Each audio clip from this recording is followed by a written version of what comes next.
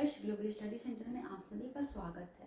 तो आज हम लोग पढ़ेंगे क्रांतिकारी संगठन को आगे बढ़ाते हुए कल का जो हमारा चैप्टर था उसको मॉडर्न हिस्ट्री का, उसका हम लोग आज दूसरा पार्ट पढ़ेंगे, क्रांतिकारी आंदोलन से संबंधित, जो कि बहुत ही इंपॉर्टेंट चैप्टर है और इससे क्वेश्चन आते रहते हैं, ढेर सारे क्वेश्चन आते हैं हमारे एग्जाम्स में। तो चलिए आज हम लोग देखते हैं आज हम लोग को क्या पढ़ना है। तो क्रांतिकारी आंदोलन हमने कल पढ़ा था और इसके संगठन जो निर्माण हो रहे थे उसके बारे में भी हमने पढ़ा था।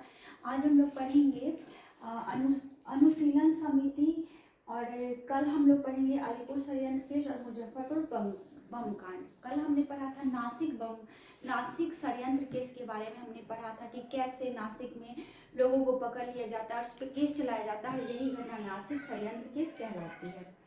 तो देखते हैं कि सबसे पहले क्रांतिकारी आंदोलन का प्रथम चरण क्या था। तो क्रांतिकारी आंदोलन का प्रथम चरण बंगाल से शुरू होता है, ये तो हम लोग जानते हैं। क्रांतिकारी आंदोलन का प्रथम चरण बंगाल से स्टार्ट होता है।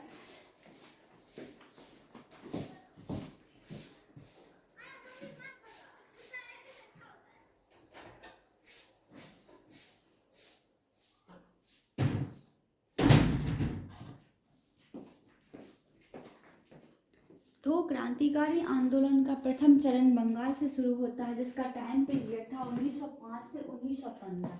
1905 से 1915 के बीच में बंगाल का विभाजन होता है और उसके बाद क्रांतिकारी आंदोलन शुरू हो जाता है। बंगाल विभाजन के बाद हमने बंगाल विभाजन भी पढ़ा हुआ, जिसको जाके आप लोग पिछले प्लेलिस्ट में जाके देख सकते हैं।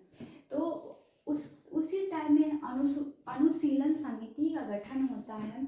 अनुशीलन समिति एक क्रांतिकारी संगठन था। तो सबसे पहले हम लोग जानेंगे कि बंगाल का विभाजन होता है, लोग आक्रोशित थे, उदारवादी और उग्रवादी संगठन का निर्माण हो रहा था कांग्रेस में, और उस टाइम में अनुशीलन समिति का गठन होता है, जिसकी स्थापना हुई 1902 में अनुशीलन समिति की स्थापना होती है, जो कि क्रांतिकारी संगठन था।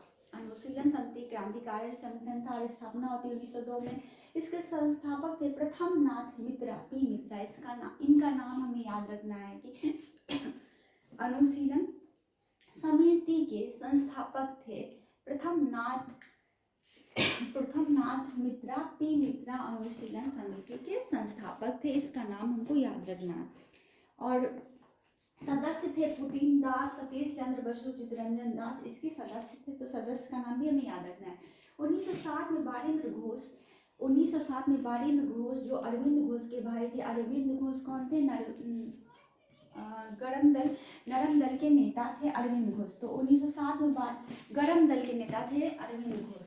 तो गरम दल जो बना था कांग्रेस में, नरम दल और गरम दल दो गुट में बट गया था कांग्रेस। तो उसी गरम दल में के एक नेता थे अरविंद घोष, उसके भाई थे बारिंद्र घोष। 1907 में बारिंद्र घोष और भूपेंद्र नाथ दत्त, जो कि स्वामी विवेकानंद के भाई थे, भूपेंद्र नाथ दत्त ने समिति में ज्वाइन करने के बाद सही मायने में समिति में जाना है। तो अनुशीलन समिति बन गई थी, परंतु जब अरविंद घोष के भाई और स्वामी विवेकानंद के भाई इसमें ज्वाइन करते हैं, इस संस्था में ज्वाइन करते हैं, तभी इस संस्था में सही मायने में जान आती है और ये कार्य अच्छे ढंग से करने लगता है।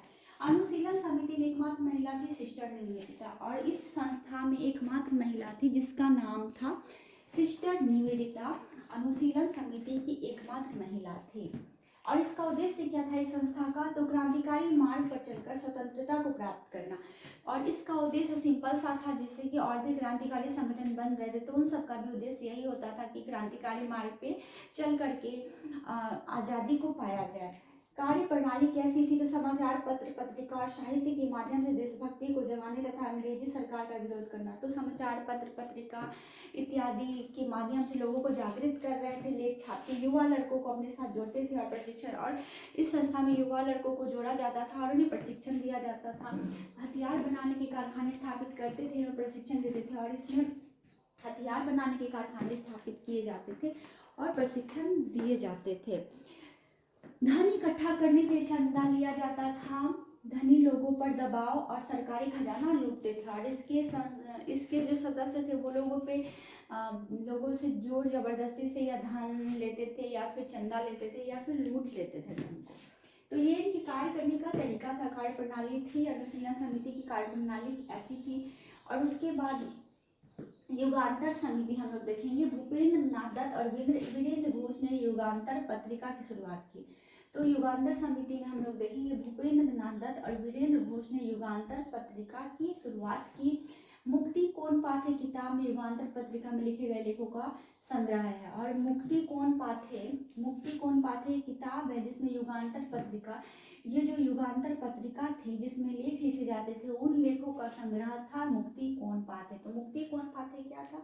युगांतर पत्रिका के लेखों का संग्रह था मुक्ति कौन पाथे।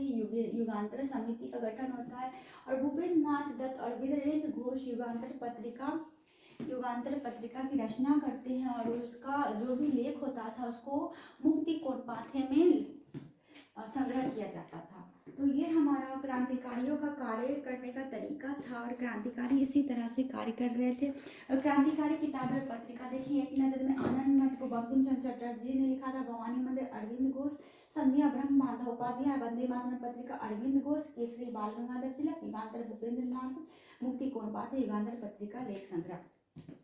तो ये था हमारा आज का वीडियो जिससे आप लोग रिवाइज कर सकते हैं और अपने तैयारी को और मजबूत कर सकते हैं। तो आप लोग इसको अच्छे से पढ़ लीजिए, इसका नोट्स बना लीजिए, क्योंकि ये यहाँ से क्वेश्चंस आना ही आना है, क्योंकि मॉडर्न हिस्ट्री से तो ढेर सारे क्वेश्चन आते हैं और इस चैप्टर से जो जहाँ से क्वेश्चन आने वाला है वहाँ से ही मैं आप लोगों को पढ़ा रही हूँ। तो आप लोग इसका जाके कम्युनिटी में भी पोस्ट दे सकते हैं या फिर टेलीग्राम चैनल उत्कर्ष ग्लोबल स्टडी सेंटर के टेलीग्राम चैनल पर भी जाके आप लोग ज्वाइन कर सकते हैं।